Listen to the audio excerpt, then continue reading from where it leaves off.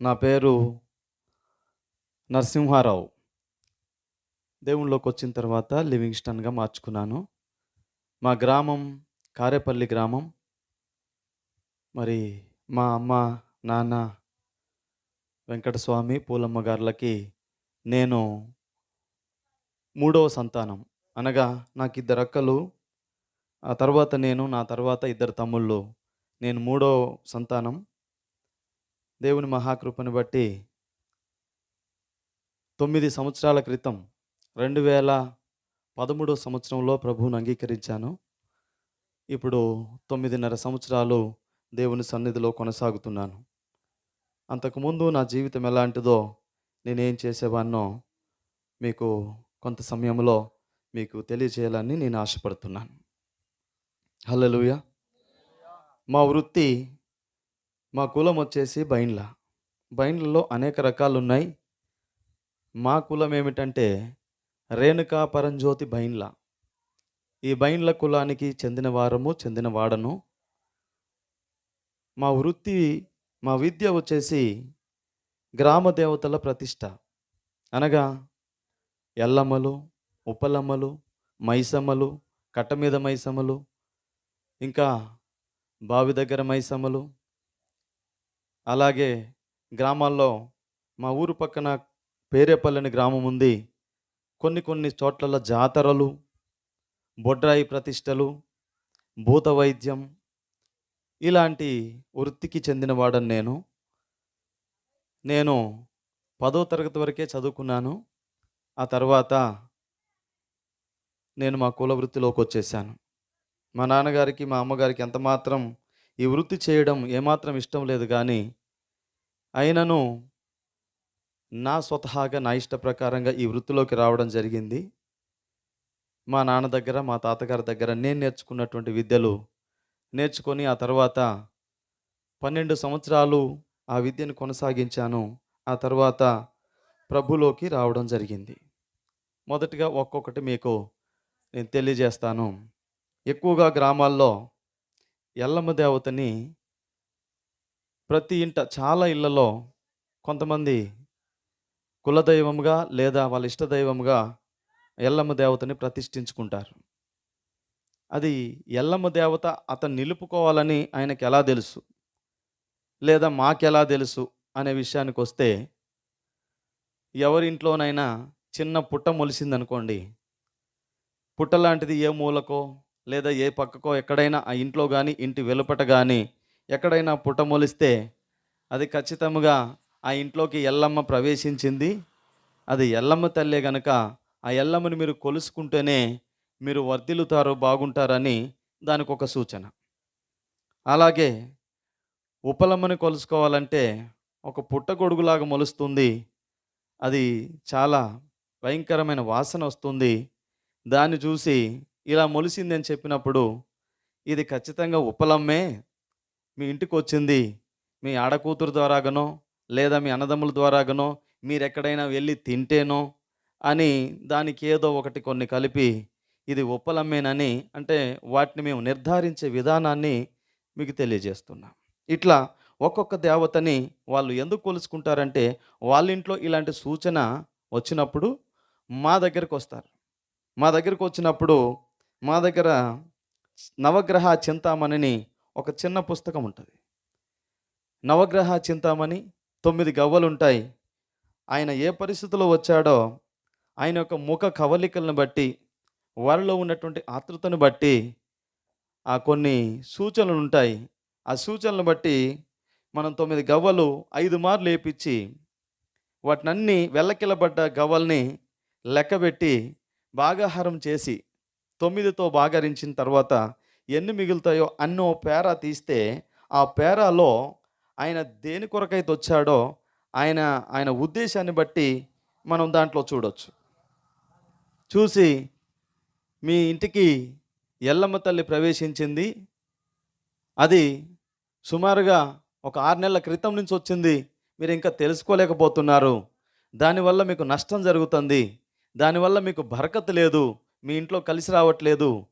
లేదా నిద్ర పట్టట్లేదు అని వాళ్ళు భయపడేటువంటి విషయాలు కొన్ని మనం చెప్పినప్పుడు, వాళ్ళు ఆటోమేటిక్ అవునయ్యా, నువ్వు చెప్పిందంత నిజమే అయ్యా, మీరు చెప్పేదే జరుగుతుందయ్యా, ఎంత సంపాదించినా ఏమి లేదు, అతి లేదు గతి లేదు, బరకత్ అనేది మాకు రావట్లేదు, ఈ పిల్లవాడు ఇలా చేస్తున్నాడు, మా భర్త ఇలా చేస్తున్నాడని వాళ్ళ యొక్క బాధలు మనకు చెప్పినప్పుడు, దానికి ఇంకా కొన్ని కల్పితాలు కలిపి చెప్పినప్పుడు వాళ్ళు నమ్మేసి ఇంకా దేవుణ్ణి ఖచ్చితంగా మరి కొలుసుకుంటామయ్యా, ఏం చేయాలి, ఎలా కొలుసుకోవాలంటే మేము ఎలా కొలవాలో, ఇదిగో ఒక నల్లటి ఎటువంటి మచ్చ లేనటువంటి ఒక నల్ల మేకను తీసుకురావాలి. ఇక దానికి కావలసినటువంటి పసుపు, కుంకుమ, సాంబ్రాణి, గుగ్గిలం, అలాగే మరి గవ్వలు, గజ్జలు, తమలపాకులు, గుంటిపోకలు, అక్కడ ఏమైతే వస్తువులు పడతాయో అవన్నీ కూడా చెప్పి ఒక పట్టి అంటే ఒక పేపర్లో రాసిచ్చి సోమవారం మొదలుపెట్టి మంగళవారానికి పూర్తి చేస్తాం.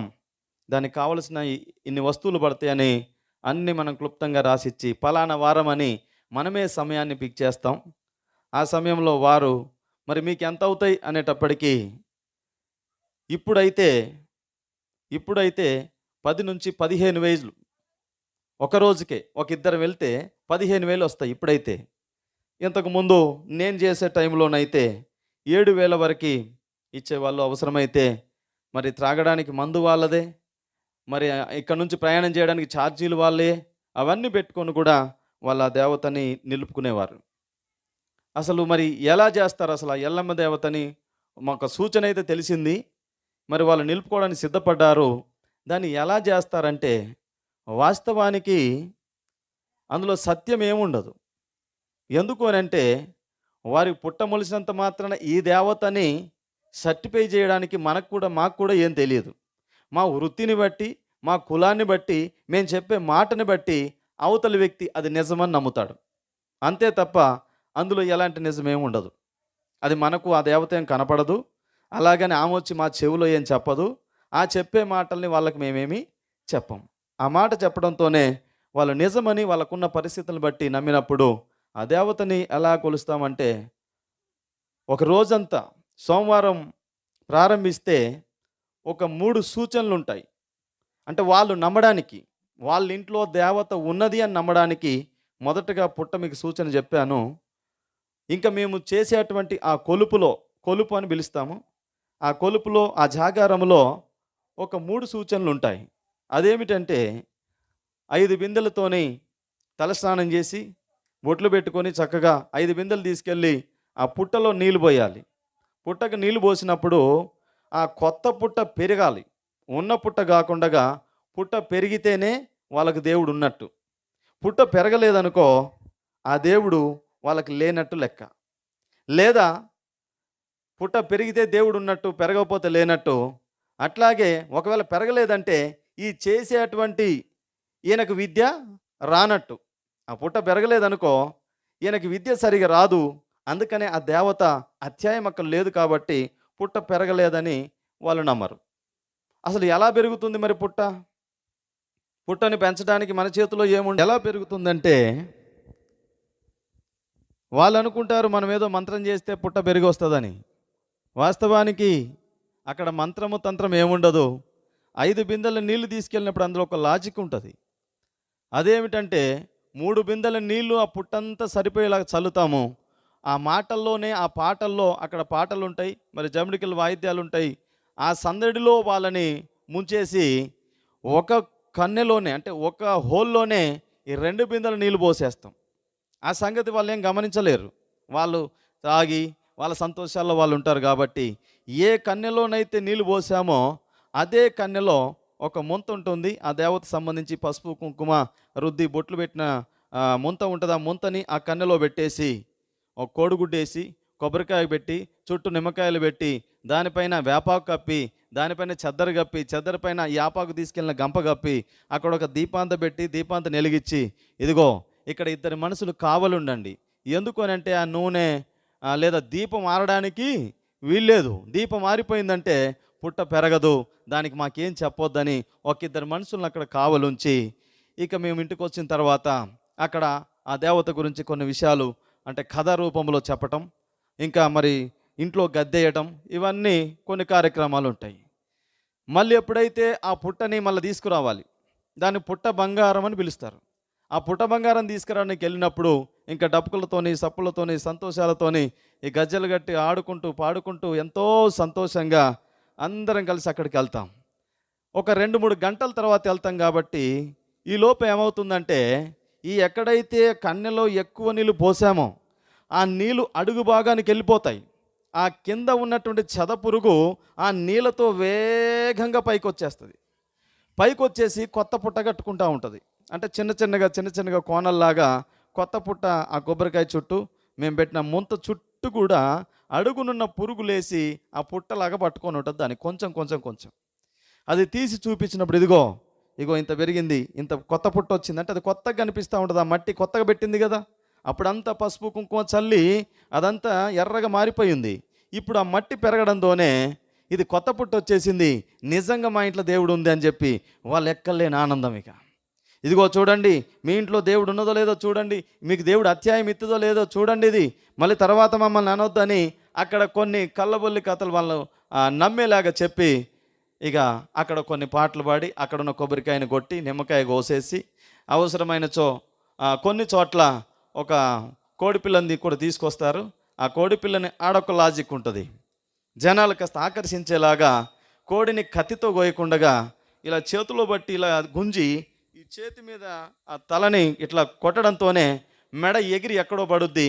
దీన్ని కూడా విసిరి మనుషుల మీద నుంచి అవతలకి దిష్టి తీసినట్టుగా విసిరేస్తాం. అమ్మో ఎలా దిగింది, ఎట్లా దింపాడు, కత్తి లేదని అదొక ఆశ్చర్యానికి గురవుతారు. అదంత ఆశ్చర్యమేం కాదు. ఆ గుంజుతున్నప్పుడే ఇలా పట్టుకున్నప్పుడే వాళ్ళకి అర్థం కాకోకుండా ఆ సరంలో ఉన్న నరం తెగిపోతుంది. ఆ తర్వాత తోలే ఉంటుంది కాబట్టి చేతి మీద గట్టి కొట్టగానే ఎగిరిపోతుంది. ఇదొక ఆశ్చర్యం. ఆ పుట్ట పెరిగింది, ఇంకా దేవుడు ఉందనుకున్నారు. ఇక రెండో సూచన ఏమిటంటే, ఇవన్నీ తీసుకెళ్ళి ఆ ఇంట్లో మూలకు గద్దేసి పాము పడిగల్లాగా పడిగలు పెట్టి ఆ ఎల్లమ్మ కుండను తయారు చేసి ఆ కుండకు కొనుక్కొని రావాలి. ఆ కుండకు పసుపు కుంకుమ బొట్లన్నీ పెట్టి దాంట్లో కాటకాయలు, పిన్నీసులు, ఇంకా గవ్వలు, గజ్జలు, ఒక ఎండు కుడక ఇవన్నీ దాంట్లో వేసి ముత్యం, పగడం, బంగారం, ఒక చిన్న గ్రామ్ అంటే చిన్న రక్షరేఖ లాంటిది ఒకటి ఉంటుంది, అది కూడా దాంట్లో వేసేసి ఆ గద్దె కింద ఒక సీతాల యంత్రం అని ఒకటి ఉంటుంది, రక్షరేఖ మీద రాయాలి. అది నాకు ఏమంటారు, కొట్టిన పిండి లాంటిది అన్నట్టు. ఆ యంత్రాలు ఏ యంత్రమైనా అంత అవలీలగా కళ్ళు మూసుకొని రాయగలిగినంత విద్య నాకు తెలుసు. అవన్నీ చూపించి ఇక వాళ్ళ ముందే చూపించి ఆ గద్దెని మనం ప్రతిష్ఠించి ఆ తర్వాత ఏంటంటే బియ్యం కొలబట్టాలి. బియ్యం కొలబట్టడం అంటే ఒక తవ్వలో తీసుకొస్తారు, మళ్ళీ తర్వాత ఒక కుడకలో తీసుకొస్తారు. తవ్వ, కుడక ఇవి ఎక్కువ రావాలి. ఇవి ఎక్కువ రావాలంటే వాళ్ళు అనుకుంటారు వీళ్ళకి మంత్రాలు వస్తాయి కాబట్టి ఏదో మంత్రం చేస్తే పెరుగుతాయి, అంతేగాని మన చేతితోనే కొలిపిస్తారు, మన చేతుల్లోనే ఉంటాయి, ఎలా పెరుగుతాయి అని వాళ్ళు ఆలోచిస్తారు. అక్కడ ఒక లాజిక్ ఏమిటంటే, మీకు అన్నీ అంటే ఎలా మనం వాళ్ళని మభ్యపరిచి ఆ డబ్బులు ఎలా తీసుకుంటామో మీకు తెలియడం కోసం చెప్తున్నా. అక్కడ వాళ్ళు తెచ్చిన బియ్యంలో ఇలా కొచ్చగా మనం ఒక రాశిలాగా పోసి దానికి ఒక చిన్న గుండం గీసి అక్కడ ఒక పాట పాడుకుంటూ కొన్ని పాలు తీసుకొని ఆ పాలు దాని మీద పాడుకుంటూనే పాలు పోయటం, ఆ తర్వాత పసుపు కుంకుమ కొంచెం వేసి మళ్ళీ దాన్ని అంతా కూడా కలిపియటం. అట్లా 2-3 సార్లు కల్పించినప్పుడు ఏమవుతుందంటే ఈ పాల చుక్కలతో తడిచినటువంటి ఆ బియ్యం కాస్త ఆటోమేటిక్గా ఉబ్బి మళ్ళీ మనం కొలిపించినప్పుడు ఆ కుండలో పోసి తీసుకెళ్ళి మీ దేవుడికి మొక్కుకొని రండి అని వాళ్ళని బయటికి పంపించేసి దేవుని దగ్గరికి వాళ్ళు వెళ్తారు వేరే గదిలోకి. మనం ఇక్కడ ఉండి కొన్ని బియ్యం తీసి పక్కన దాచి పెడతాం ఒక టవల్లో. ఆ పెట్టిన తర్వాత వాళ్ళు వచ్చి ఇక కొలుసుకోండి అంటే వాళ్ళు ఎలాగైతే కొలిసారో అలా కొలుసుకుంటారు. ఈ మనం తీసినంటే సుమారుగా 2 ఒక్కొక్కసారి 3 కుడకల బియ్యం ఎక్కువ వస్తాయి.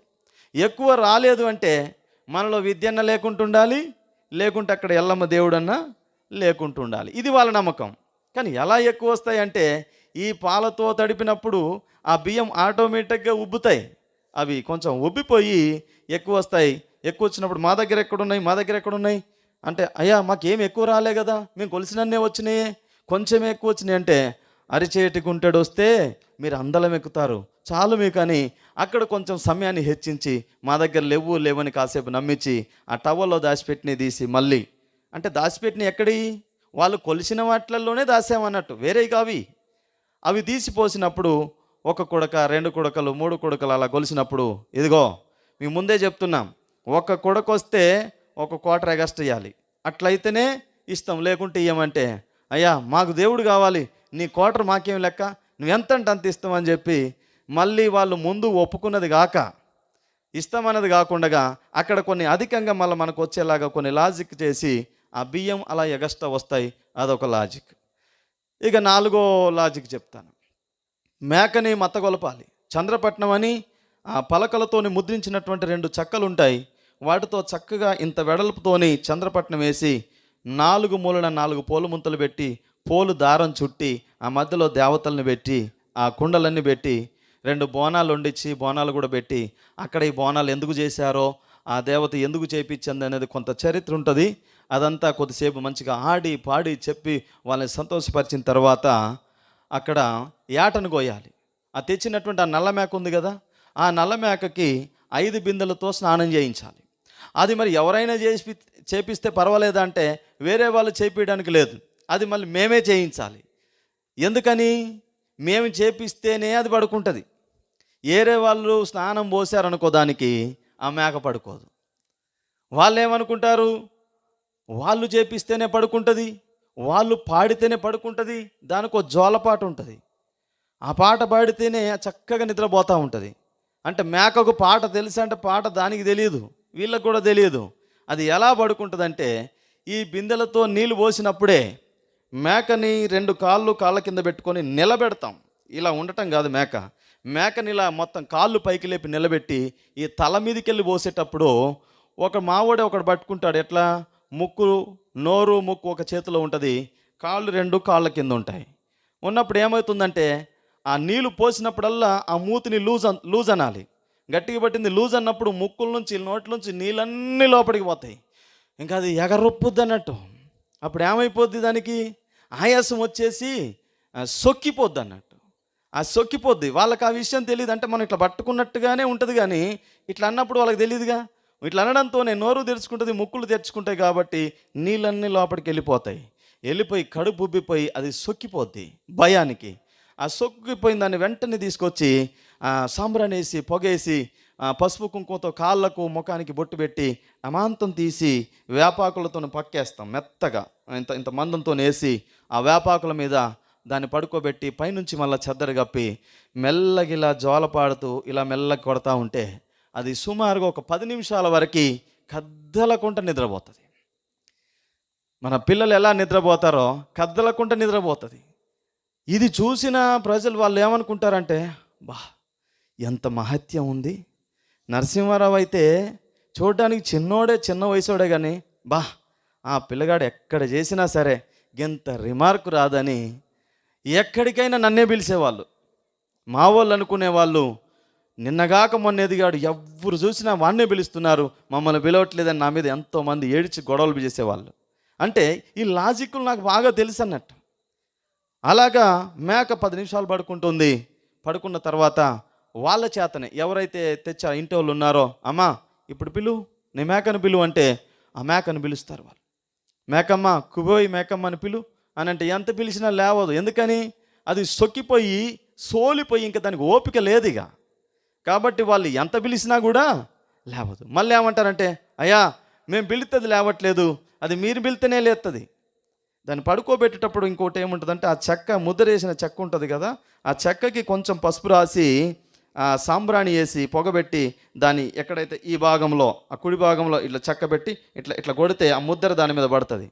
ఆ ముద్ర పట్టడంతో ఏమనుకుంటారంటే, ఆ ముద్ర వేసారు కాబట్టి అది వాళ్ళు పిలిచేంతవరకు లేవదు అనుకుంటారు. కానీ ఆ ముద్రలో ఏమి లేదు, ఈ మేకలో కూడా ఏమి లేదు. ఆ పోసే నీళ్ళల్లోనే అది సొక్కిపోయి నిద్రపోతుంది. మళ్ళీ మనమే లేపాలి. ఎట్లా లేస్తుంది మరి? పిలిచినప్పుడు వాళ్ళు పిలిచినా లేవాలి, మనం పిలిచినా లేవాలి. కానీ మనం పిలిస్తేనే ఎందుకు లేస్తుందంటే, మనం పిలుచుకుంటూ కాళ్ళ గజ్జలు ఉంటాయి, ఈ లోపు ఏంటంటే ఆ తల దగ్గర ఇటు కాళ్ళు ఉంటే ఇటు తిరిగి వచ్చే తల దగ్గర ఉండి ఈ కాళ్ళు గజ్జలతో ఆడుతున్నప్పుడు ఈ సౌండ్కి అది ఆటోమేటిక్గా మెల్లగా లేచిపోతుంది. లేవడంతో నాకు వాళ్ళు పిలిస్తేనే లేచింది, వాళ్ళు పాడితేనే లేచిందని ఇదొక ఆశ్చర్యం. ఇట్లా ఇది 4వ లాజిక్. ఇవన్నీ చూసిన వాళ్ళు ఏమిటంటే, మనకి ఇస్తానన్న దాని మీద ఎగ్జాంపుల్కి 5,000 ఇస్తానన్నారు అనుకో, నీకు ఎక్కడైనా రిమార్క్ జరిగిందా? ఎక్కడైనా దేవుడు నీకు ఎక్కడైనా అత్యాయం లేకుండా చేశాడా? కొలబేర బియ్యం అంటే బియ్యం ఎక్కువ వచ్చినాయి, కొత్త పుట్ట వచ్చింది, మరి మేక చక్కగా పడుకుంది, నీ ఇంట్లో పుట్ట మొలిసింది నిజమే.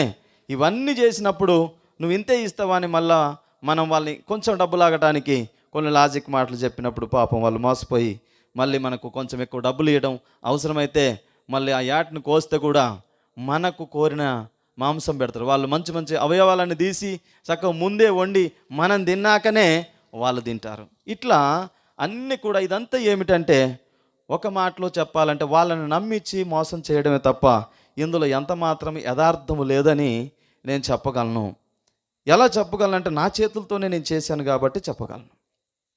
అలాగే మరి ఉప్పలమ్మకి ఎలా పెడతారంటే ముందుగా చెప్పిన పుట్టగొడుగును బట్టి సూచన. ఆ గొడుగు రావడంతోనే అది రకరకాల పుట్టగొడుగులు ఉంటాయి, అందులో ఒక రకమైన గొడుగును చూసి ఇది నిజంగా ఉప్పలమ్మ అంటే వాళ్ళు నమ్ముతారు. మనం ఆ ప్రశ్న వేసి ఎప్పుడైతే ఫస్ట్ చూసి ఇది మీకు తగిలిందని చెప్తామో వెంటనే వాళ్ళు ఆటోమేటిక్గా నమ్మేస్తారు. ఉప్పలమ్మని మీ చేనులో పెట్టుకోమంటే చేనులో, ఇంటికాడ పెట్టుకోమంటే ఇంట్లో, నెత్తిన పెట్టుకోమంటే నెత్తిలో. మనం ఏది చెప్తే వాళ్ళు అదే చేస్తారు. ఉప్పలమ్మను కూడా అదే విధంగా అది ఒక రోజులోనే కొలుస్తాం, ఒక రాత్రిలోనే కంప్లీట్ అయిపోతుంది. దానికి కూడా మనకు తగిన రేటు మనం తీసుకుంటాం. అది ఉప్పలమ్మను కొలిసే విధానం. అలాగే ముత్యాలమ్మను కూడా అది గ్రామంలో పెడతారు కాబట్టి ఊరందరి సమక్షంలో మరి గ్రామ పెద్దలు సర్పంచులు ఉంటారు, అక్కడ కూడా మరి ముత్యాలమ్మను కూడా మనం నిలబెడతాం.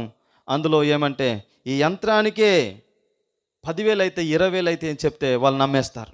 ఎందుకు నమ్ముతారంటే దీనికి మేము ఈ యంత్రానికి 11 రోజులు ఉపవాసం ఉండి తలస్నానం చేసి పూజ చేస్తే దానికి ఒక శక్తి వస్తుంది. అది ఎంత కష్టమో నీకేం తెలుసు? అది చేస్తే నీకు తెలుస్తుంది. ఏదో రెడీమేడ్ కొట్టు మీద తీసుకొచ్చిన యంత్రం తీసి దాని కింద పెడితే ఈ పెట్టినటువంటి విగ్రహం లాగానే ఉంటుంది. దానికి ఎప్పుడైతే అంతర్బలం వస్తుందో అది శక్తివంతంగా ఉంటుంది. కాబట్టి మన ఊరంతా చల్లగా ఉంటుందని పూజ ఉండదు, పునస్కారం ఉండదు. ఎందుకని? ఆయన మన ఇంటికి వచ్చి చూస్తాడు. ఆయన ఈ అయ్యగారు ముత్యాలమ్మకి యంత్రానికి పూజ చేస్తా అన్నాడు 11 రోజులు, మనం పోయి చూద్దామని ఎవరు అనుకోరు, అసలు చెక్ చేయడానికే వీలవ్వదు. కొంతమంది ఉంటారు అందులో, ఇది నిజమా, ఇది పనిచేస్తుందా, మీ పూజ అంత పవర్గా ఉంటుందా అని అంటారు. అయితే ఏముంది, నీకు కష్టంగా ఉంది నమ్మట్లేవు కాబట్టి వెళ్ళు, మరి నీకు నచ్చిన దగ్గర చేయించుకో అని అనేటప్పటికీ వాళ్ళు భయపడిపోతారు. ఎందుకని భయపడతారంటే ఇంతమందికి లేని బాధ నేను ఒక్కనే అన్నాను అనుకో, నాకేమని చేస్తాడేమో, నన్నేమన్నా అంటాడేమో అని ఆ భయానికి వాడు నమ్మకపోయినా నమ్మినట్టు యాక్షన్ చేసి మొత్తం మీద ముత్యాలమ్మను కూడా అలాగనే చేస్తాం. ఒకసారి ఏమైందంటే అందులో మేము ముత్యాలమ్మను నిలబెడుతున్నాం, దానికి హోమం వేయాలి. ఆ లెక్క ప్రకారంగా హోమగుండం అంటే నెయ్యితో నూనె దాలుస్తూ కొన్ని వేద మంత్రాలు బ్రాహ్మణులు ఉంటారు, మేము బ్రాహ్మణులు కూడా పిలిచి మా పని మేము చేస్తాం, ఈ రక్త బలికి సంబంధించిందంత మేము చేస్తాము. ఆ వేద మంత్రాలు అయ్యగారు 1 గంట సేపు చదువుతాడు, ఆయనకి ఎంతో కొంత మేమే ఇచ్చి, మేము మాట్లాడుకున్న దాంట్లో ఆయనకి ఎంతో కొంత ఇచ్చి పంపిస్తాం. వాళ్ళు మాకు ఉంటారు, వాళ్ళు మేము పిలవగానే వచ్చేస్తారు వాళ్ళు. ఒకరోజు ఆ అయ్యగారు లేడు. అయ్యగారు ఎవరో అయ్యగారు కాంది ఎవరో వీళ్ళకి తెలియదు కదా. లలిత టాకీస్ ఎదురుగానే ప్రతిష్ఠించాం, ఇప్పుడు కూడా ఉంది. అది తెలియదు కాబట్టి మాలోనే ఒకరిని కూర్చోబెట్టి గోసి పెట్టించినాం, పంచగట్టించేసి దారం తీసుకొచ్చి జంజాలు రెడీమేడ్గా దొరుకుతాయి, జంజం వేపించినాం. ఆడు కూర్చొని చక్కగా మంత్రాలు చదివేసిండు, 2-3 మంత్రాలు చదివిండు. అప్పుడు మేము వేసే రోజుల్లో మున్సిపాలిటీ కౌన్సిలర్ రాజమల్లు గారు ఉన్నారు, అప్పుడు మున్సిపాలిటీ కౌన్సిలర్గా రాజమల్లు గారు కూడా ఆయన చేతోని పాలాభిషేకం చేయించాం, పూలాభిషేకం చేయించాం, ధాన్యాభిషేకం చేయించాం. అభిషేకాలన్నీ అయిపోయినాయి, విగ్రహాన్ని తీసి అక్కడ ప్రతిష్ఠించాం. అది ఇప్పటికి కూడా అలాగనే ఉంది. అయ్యగారు ఎవరో తెలియదు, మాంత్రికుడు ఎవడో తెలియదు, మనం ఏది చెప్తే అదే వేదం. కాబట్టి ఇలాగా ఏది ఏమైనా అక్కడ కార్యాన్ని ప్రజలకు ఆకర్షణీయంగా ఆశ్చర్యకరంగా జరిగించడం. ఇవి గ్రామంలో ఒక ఇంటినైతే మనం ఈ ఎల్లమ్మ దేవతకు పెట్టి నమ్మించగలం, వచ్చిన చుట్టాలు నమ్మించగలం. కాబట్టి ఇది గ్రామంలో నిలబెట్టాలి. కాబట్టి ఇలా కొన్ని లాజికల్తోని మనకెవరు ఎదురు చెప్పరు, కానీ ఆకర్షించబడటం కోసం అలా చేస్తాం. ఇక ప్రాముఖ్యమైంది బొడ్రాయి, నడువుల్లో బొడ్రాయి. మగవాడికి మొలతాడు ఎంత అవసరమో గ్రామానికి బొడ్రాయి కూడా అంతే అవసరం. బొడ్రాయి లేని ఊరికి అరిష్టం. బొడ్రాయి లేని ఊరిలో పంటలు పండవు. బొడ్రాయి లేని ఊరిలో మంచిది కాదు మీకు అది. మీ గొడ్డు గోద పిల్ల జల్ల అన్నీ చల్లగా ఉండాలంటే మీ ఊర్లో బొడ్రాయి వేయాలని మనమే చెప్తాం. లేదంటే ఆ పక్క ఊర్లో చూసుకొని మన ఊర్లో బొడ్రాయి లేదని ఆ పెద్దలంతా కూర్చొని మాట్లాడుకొని మా దాకా వచ్చినప్పుడు దీనికి పస్తి ప్రసంగాలు ఏముండవు. వాళ్ళే వచ్చి చెప్తారు. చెప్పినప్పుడు అయ్యా ఇగో ఇంత ఖర్చు అవుతుంది, దానికి మేము దాన్ని ప్రతిష్ఠించడానికి ఇగో ఇంత ఖర్చు అవుతుందని ఆ ఖర్చు చెప్తాం. ఎన్ని రోజులు ముహూర్తం వస్తుందో ఆ ముహూర్తాన్ని చెప్తాం. కొన్ని చోట్ల 5 రోజులు, కొన్ని చోట్ల 3 రోజులు వస్తుంది. ఏది ఏమైనా 5 రోజులలో బొడ్రాయి ప్రతిష్ఠ అంతా కూడా జరిగిపోతుంది. ఆ గ్రామం అందరిని కూడా మనం మెప్పిస్తాం. మేమేం చెప్తామంటే ఇదిగో చాలా బలమైనటువంటి పని అది, కాబట్టి గ్రామం అంతటి సమక్షంలో జరిగే పని అది. మీరు ఎవ్వరు కూడా మా కనుసన్నాల్లో మెదలాలి. మేము ముందు నడుస్తూ ఉంటే మాకు 2 బారల దూరాన మీరు ఉండాలి. ఎక్కడ ఏ మిస్టేక్ మీ ద్వారా జరిగిందంటే అది మీరే బాధ్యత వహించాలి. మాకు ఎలాంటి సంబంధం లేదని ఆ కట్టుదిట్టాలని ముందే చెప్పేస్తాం. ఎందుకంటే అక్కడ ఏదైనా మిస్టేక్ జరిగితే అది మన మీదకి రాకుండా ముందు చెప్పిన తర్వాత వాళ్ళన్నిటికీ ఒప్పుకుంటారు. ఒక బొడ్రా వేస్తే వాళ్ళు ఇచ్చే డబ్బులు కాకుండా వచ్చే ధాన్యం అయితేంది, వడ్లయితేంది, బియ్యం అయితేంది, బట్టలైతేంది, ఒక బిందె, ఒక చెంబు, ఒక గ్లాసు, మేము ఎన్ని అయితే రాస్తామో ఆ పట్టిలో రాసిన అన్ని తెస్తారు. మళ్ళీ తిరిగి తీసుకోవడానికి వాళ్ళకి అధికారం లేదు. అన్నీ మన ఇంటికే తెచ్చుకుంటాం. ఒక సంవత్సర గాసం ఒక 3 రోజులనే వస్తుంది. దాన్ని ఎలా ప్రతిష్ఠిస్తామంటే దానికి చాకలోళ్ళు, వడ్లోళ్ళు, ఆ కర్రలు చెక్కడానికి వడ్లోళ్ళు, అక్కడ పనులన్నీ తోరణాలు కట్టడానికి చాకలోళ్ళు, డప్పుకులు కొట్టడానికి మాదిగోళ్ళు, ఇట్లా మన 4-5 రకాల కులాల వారిని వాళ్ళ పనులు వాళ్ళకి, వాళ్ళ పనులు వాళ్ళకి అన్నీ మేమే నియమించాలి. ఇక వాళ్ళని అప్పు చెప్పేసి ఆ కార్యక్రమాన్ని మనం మొదట ప్రారంభించిన రోజు ఆ చెక్కబడిన వాటిని అన్నింటి తీసుకెళ్ళి చెరువులో వేస్తాం. సప్పులతో వెళ్ళి చెరువులో నానబెట్టి ఆ రాత్రి అంత ఉంచి తెల్లవారి తీసుకొచ్చినప్పుడు ఎద్దుల బండి మీద, ట్రాక్టర్ల మీద తీసుకురాం. ఎందుకంటే ఆనవాహితీ మళ్ళీ మిస్ అవుద్దని ఎద్దుల బండే కావాలని, ఒకవేళ ఆ ఊర్లో లేకున్నా పక్కూరు నుంచి అయినా ఎద్దుల బండి మీద తీసుకొని వచ్చి ఊరేగింపు చేసి, ఊరేగింపు చేయడానికి ముందు ఎక్కడైతే ప్రతిష్ఠిస్తామో ఆ స్థలంలోకి తీసుకొచ్చి ఆ మురికి నీళ్ళ నుంచి తీసుకొచ్చాం కాబట్టి అవి మళ్ళా ఫ్రెష్గా అవ్వాలి కాబట్టి వాటికి నీలాభిషేకం అని 108 బిందెలతోని నీలాభిషేకం చేపిస్తాం. వాళ్ళే నీళ్ళు తెస్తారు. మనం పైనుండి మా పిల్లలు ఉంటారు, వెంటనే ఇచ్చిన బిందె ఇచ్చినట్టు 108 బిందెలతో నీలాభిషేకం అయిపోవడంతోనే 5 బిందెల పాలతోని పాలాభిషేకం అయిపోవడంతోనే పూలాభిషేకం అయిపోవడంతోనే ధాన్యాభిషేకం చేసేటప్పటికి ఆ ఉన్నటువంటి ఆ విగ్రహాన్ని తెచ్చినటువంటి ఆ రాయిని, ఆ కూరలన్నీ తీసుకెళ్ళి ఎక్కడైతే ప్రతిష్ఠిస్తామో ఇట్లా సాపలు పరిచి దాని కింద ధాన్యం పోయాలని చెప్తాం. పోయకపోతే ఆగుతాయి. కానీ మీకు కలిసి రావాలి కాబట్టి ధాన్యం ఖచ్చితంగా మీరు ఎంత ఎత్తు పోస్తారో అంత ఎత్తుకు మీరు ఎదుగుతారని వాళ్ళకందరి సమక్షంలో మైకులో చెప్తాం. కాబట్టి ఒక్కొక్కరు ఇంకా ఒకైనా కుంచెడు, ఒకైనా కుండెడు, ఒకైనా 2 కుండలు, ఇంకా వాళ్ళ ఆశ కొలది సుమారుగా ఒక్కొక్క ఊర్లో 3-4 పుట్ల వడ్లు. వాళ్ళు సంవత్సరం అంతా కష్టపడ్డారు కానీ అన్నీ తెచ్చి కుప్పబోస్తారు. వాటిని పెట్టేటప్పుడు ఎలా పెడతామంటే అలా పడుకోబెట్టాం. ఇలాంటిది ఏదైనా ఇంత పెద్ద మొద్దు చూసి ఇట్లా పెట్టి ఇట్లా ఎత్తు పెడతాం. ఎందుకంటే మునిగేంతవరకు పోయాలంటే అది ఎంత ఎత్తు ఉంటే అంత ఎక్కువ వస్తాయి కదా. ఎత్తు ఎక్కువ పెట్టి వడ్లన్నీ వాటి మీద పోపించాయి. మునిగేంతవరకు వడ్లు పోపించి పసుపు కుంకుమ చల్లేసి ఆ తర్వాత ధాన్యాభిషేకం 1 గంట తర్వాత మళ్ళీ అక్కడ కొంత చరిత్ర ఉంటుంది. మళ్ళీ చప్పులతో ఒక పాట అది పాడి చిన్న మంత్రం చదివి దాన్ని వెంటనే మళ్ళీ తీసి మళ్ళీ ఎద్దుల బండి మీద కట్టి ఊరు మొత్తం మళ్ళీ ఊరేగిస్తాం. ఊరేగించేటప్పుడు మనం మాట్లాడుకున్న డబ్బులు కాకుండా ఒక తాంబాలం పట్టుకొని మనోడు ఒకడు ముందెళ్తూ ఉంటాడు. ఆ తాంబాలం పట్టుకొని వెళ్తున్నప్పుడు ఎవరికి తోసిన కానుకలు వాళ్ళు వేస్తూ ఉంటారు. సుమారుగా 10 వేసేటోళ్ళ దగ్గర నుంచి 100 వేసేటోళ్ళు, 500 వేసేటోళ్ళు, ఇంకా వాళ్ళ ఇష్టం అన్నట్టు. ఈ డబ్బులన్నీ కూడా మనకే వస్తాయి. ఊరు మొత్తం తిరిగి వచ్చిన తర్వాత ఆ గద్దెలో ఎక్కడైతే మనం ప్రతిష్ఠిస్తామో అక్కడ ప్రతిష్ఠించడానికి వాటిని సిద్ధపరిచిన తర్వాత వాటి కింద పెట్టే పంచలోహాల యంత్రం ఒకటి ఉంటుంది. ఆ పంచలోహాల యంత్రము సుమారుగా అప్పుడైనా దాని ఖరీదు వచ్చేసి మహా అయితే ఒక 500 కంటే ఎక్కువ ఉండదు. ఆ యంత్రానికి 21,000 తీసుకుంటాం. ఎందుకని? మేము పూజ చేయాలి కదా, పూజ చేయాలి. దానికి పూజ చేసి దానికి పవర్ ఎక్కియాలి, దానికి శక్తి రావాలంటే మేము 21 రోజు ఉపవాసం ఉండి పూజ చేయాలని చెప్పి అంతకుముందు ఎప్పుడో మాట్లాడుకున్న ప్రోగ్రామ్కి 21 రోజు తర్వాత మేము ముహూర్తాలు పెడతాం. మాకు నచ్చిందే ముహూర్తం, వాళ్ళకి తెలిసిన ముహూర్తం కాదు. ఆ ముహూర్త ప్రకారంగా దీనికి ఇంత డబ్బులు అయితే అని చెప్పి యంత్రానికి వేరే డబ్బులు తీసుకొని మళ్ళీ ఆ యంత్రాన్ని కూడా దాని కింద పెట్టేసి ఆ పెద్ద మనుషుల సమక్షంలో వాళ్ళందరి చేతులు పెట్టించి అక్కడ పెట్టేసి ఆ యంత్రం మీదకి వెళ్ళి ఆ రాయిని కూర్చోబెట్టి, రాయి పక్కన పాలకొర్రు, సండకొర్రు, ఇట్లా కొర్రలు పెట్టి దాని పక్కన ఒక యంత్రం బండి ఉంటుంది. అది మహాసితాల్ యంత్రం అంటారు దాన్ని.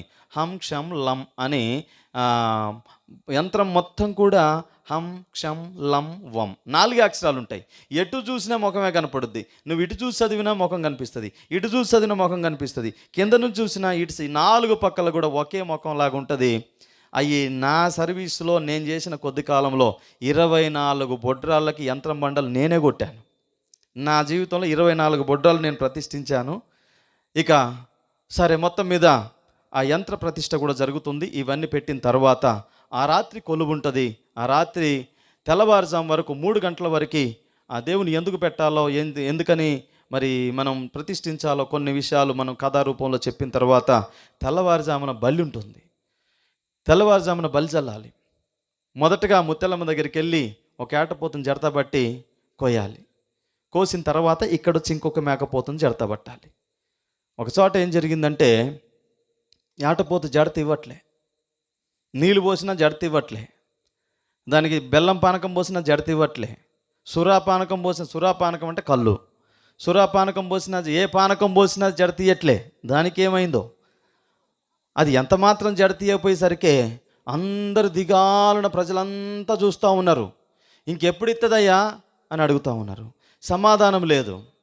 ఇది పనికి రాదు, ఇంకొకటి తీసుకురండి అని చెప్పాం. ఇంకో మేకను తీసుకురండి అని అంటే అందులో ఒక తెలివైనోడు అన్నాడు, అది కూడా ఇవ్వకపోతే ఏం చెప్తామన్నారు, అది కూడా ఇవ్వకపోతే ఏం చేస్తామన్నారు, మీరు తీసుకొచ్చిన తర్వాత చెప్పండి అని మేము అన్నాం. లేదు, మీలో అత్యాయం ఉంటే, మీలో శక్తి ఉంటే, మీరు నిజంగా వైద్యులైతే, మీరు పూజారులు అయితే ఖచ్చితంగా అది ఇవ్వాలి అన్నాడు ఒక ఆయన. ఎందుకని ఇప్పుడు మీరు తీసుకురారా అన్నాం. తీసుకొస్తాం, అది కూడా ఇవ్వకపోతే ఏందని మళ్ళీ ప్రశ్నించారు. మేమేమన్నామంటే, అది బలి జడ తీయకపోతే దాని స్థానంలో మమ్మల్ని పండబెట్టి కొయ్యండి అన్నాం. ఇప్పుడు ఊరంతా ఏం చేయాలిగా? హవాక్కైపోయారు, భయపడ్డారు.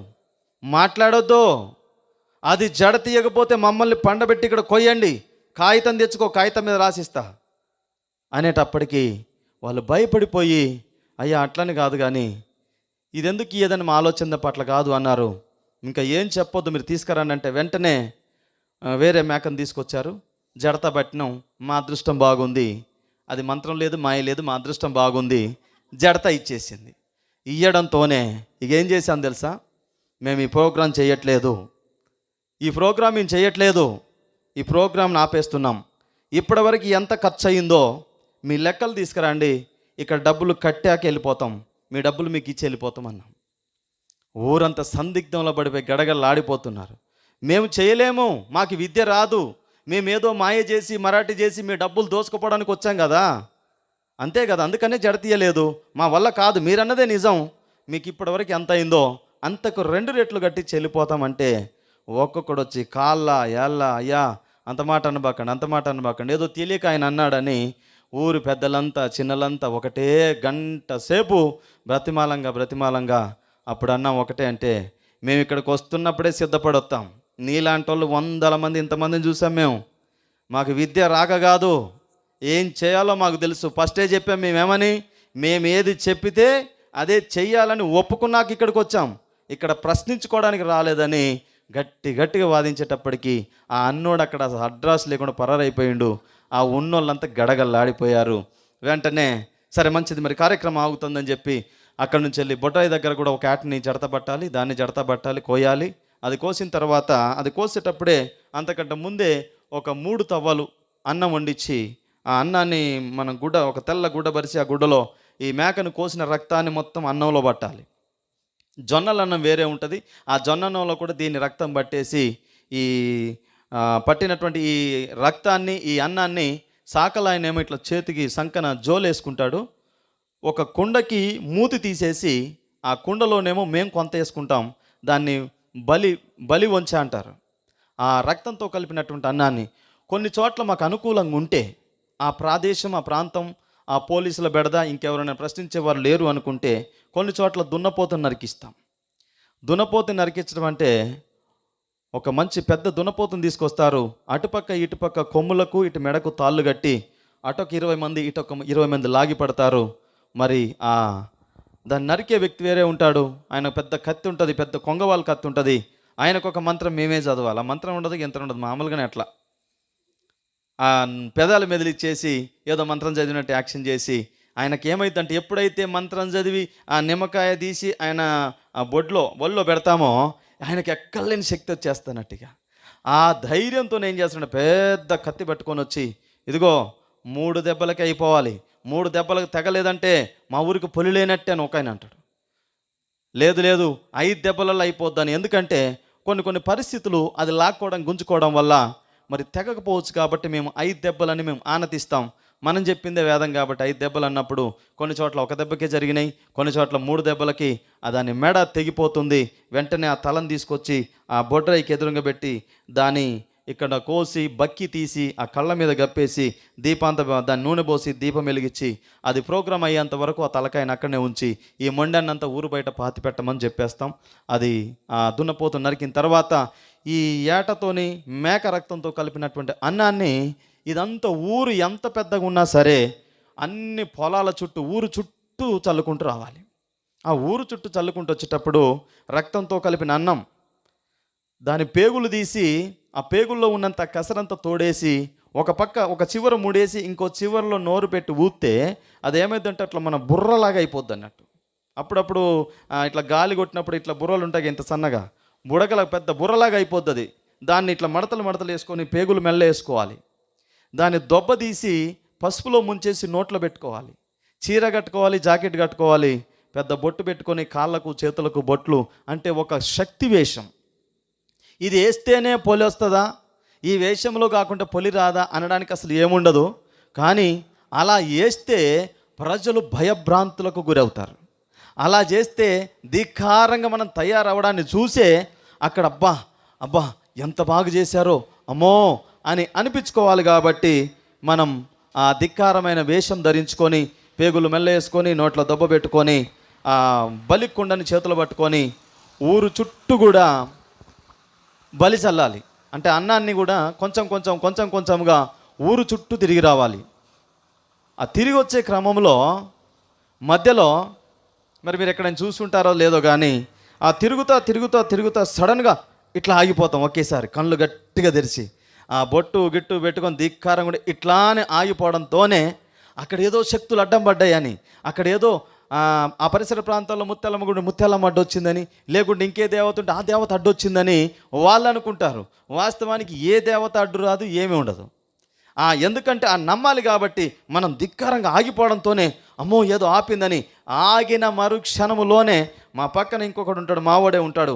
వెంటనే ఒక నాటుకోడి చేతి మీద కొట్టిపడేయాలి, కొట్టి ఇసిరేత్తడు ఒకటి, వెంటనే నిమ్మకాయ కోయాలి, వెంటనే గుమ్మడికాయ నరకాలి, వెంటనే కొబ్బరికాయ కొట్టాలి. ఇవన్నీ కూడా నిమిషాలలో జరిగిపోవాలి. వెంటనే మళ్ళీ అక్కడి నుంచి కదిలి మళ్ళీ బలివేషంతో పోతూ ఉంటాడు. వెనక నుంచి డప్పులు సప్పుళ్ళు ఊరోళ్ళందరూ కూడా కర్రలు పట్టుకొని గొడ్డలను పట్టుకొని వాళ్ళు కర్రలు కొట్టుకుంటా బలిబలి బలిబలి బలిబలి కోబలి బలిబలి అని అరుపుల కేకలతో తెల్లవారేటప్పటికి ఊరు మొత్తం తిరిగి వచ్చేటప్పటికి 11 కోళ్ళు దిగిపోవాలి, 11 కొబ్బరికాయలు పగలాలి, 11 గుమ్మడికాయలు పగలాలి, 11 నిమ్మకాయలు తెగాలి.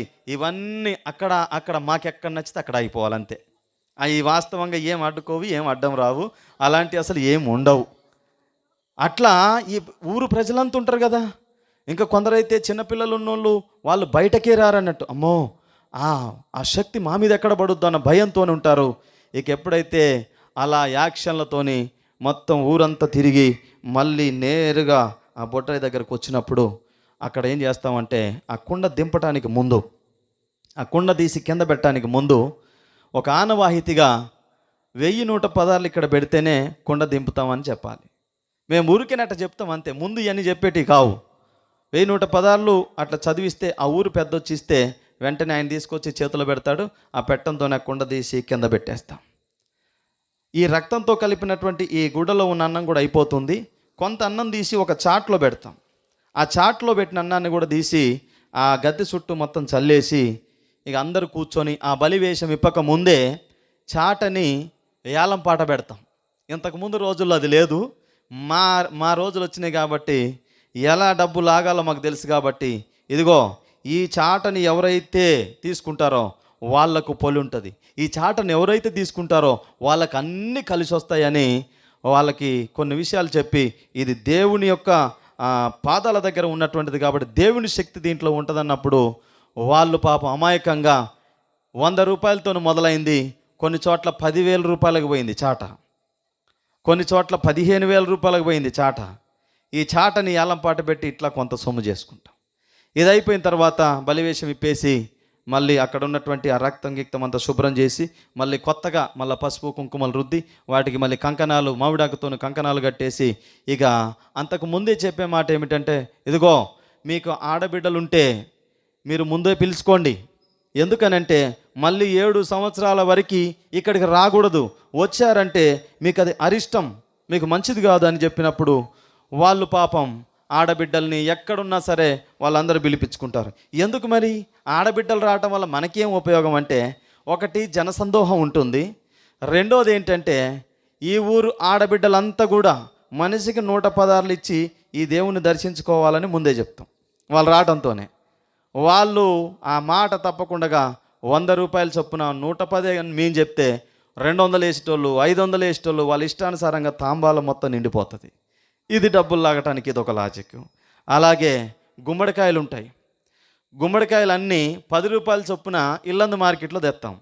తీసుకొచ్చి మా ఇంటి దగ్గరే ఏం చేస్తామంటే పోయేటప్పుడు వాటికి పసుపు రుద్ది ఎర్రబొట్లు పెట్టి చక్కగా గుమ్మడికాయలు తీసుకెళ్ళి మళ్ళీ బొడ్డ ఎదురుగా పేరుస్తాం. పేర్చినప్పుడు వాళ్ళకి చెప్తాం, ఇవి పూజ చేసినటువంటి బొడ్రాళ్ళు గుమ్మడికాయలు.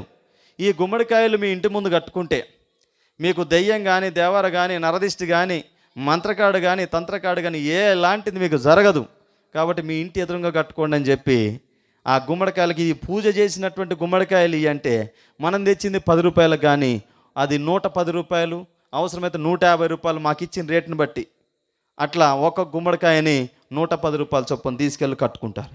వాటి వల్ల ఏ ఆశీర్వాదం ఉండదు, వాటి వల్ల ఏం కలిసి రావడం, నరదిష్టి గరిదిష్టి వాటితో ఏముండదు. కానీ వాళ్ళ నమ్మకం ఏంటంటే వచ్చినోడి దృష్టి దాని మీదే పడుద్దు కాబట్టి అందుకని ఆ నరదిష్టి అంటే దాని మీద పడుతుంది, మన ఇంటి మీదకి రాదని వాళ్ళ యొక్క అపోహ మాత్రమే. కానీ ఇక్కడ పూజ చేసింది లేదు, ఏమీ లేదు. తర్వాత రెడీమేడ్ యంత్రాలు ఉంటాయి, ఫ్రేమ్ కట్టిన రెడీమేడ్ యంత్రాలు అప్పుడు 25 రూపాయలు ఉండేది.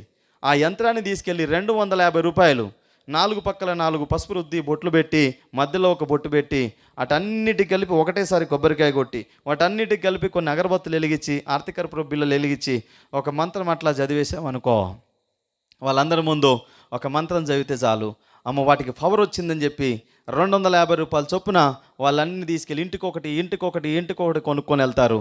ఆ డబ్బులన్నీ కూడా ఇవన్నీ ముందు మాట్లాడుకునే దాంట్లో ఉండవు. మనం మాట్లాడుకున్నది కాకుండా పైన సుమారుగా ఒక 20 నుంచి 30 వేల రూపాయలు సొమ్ము చేసుకోవచ్చు. వాస్తవానికి ఇందులో ఏమన్నా ఉందంటే అది రెడీమేడ్ యంత్రం, బొట్టు పసుపు బొట్టు పెట్టినంత మాత్రాన దానికి ఎలాంటి పవర్ ఉండదు, అది ఏమీ ఉపయోగపడదు. ఆ గుమ్మడికాయకు బొట్లు పెట్టి ఇంటి ముందు కట్టినంత మాత్రాన వాటి వల్ల ఎలాంటి ఉపయోగం ఉండదు.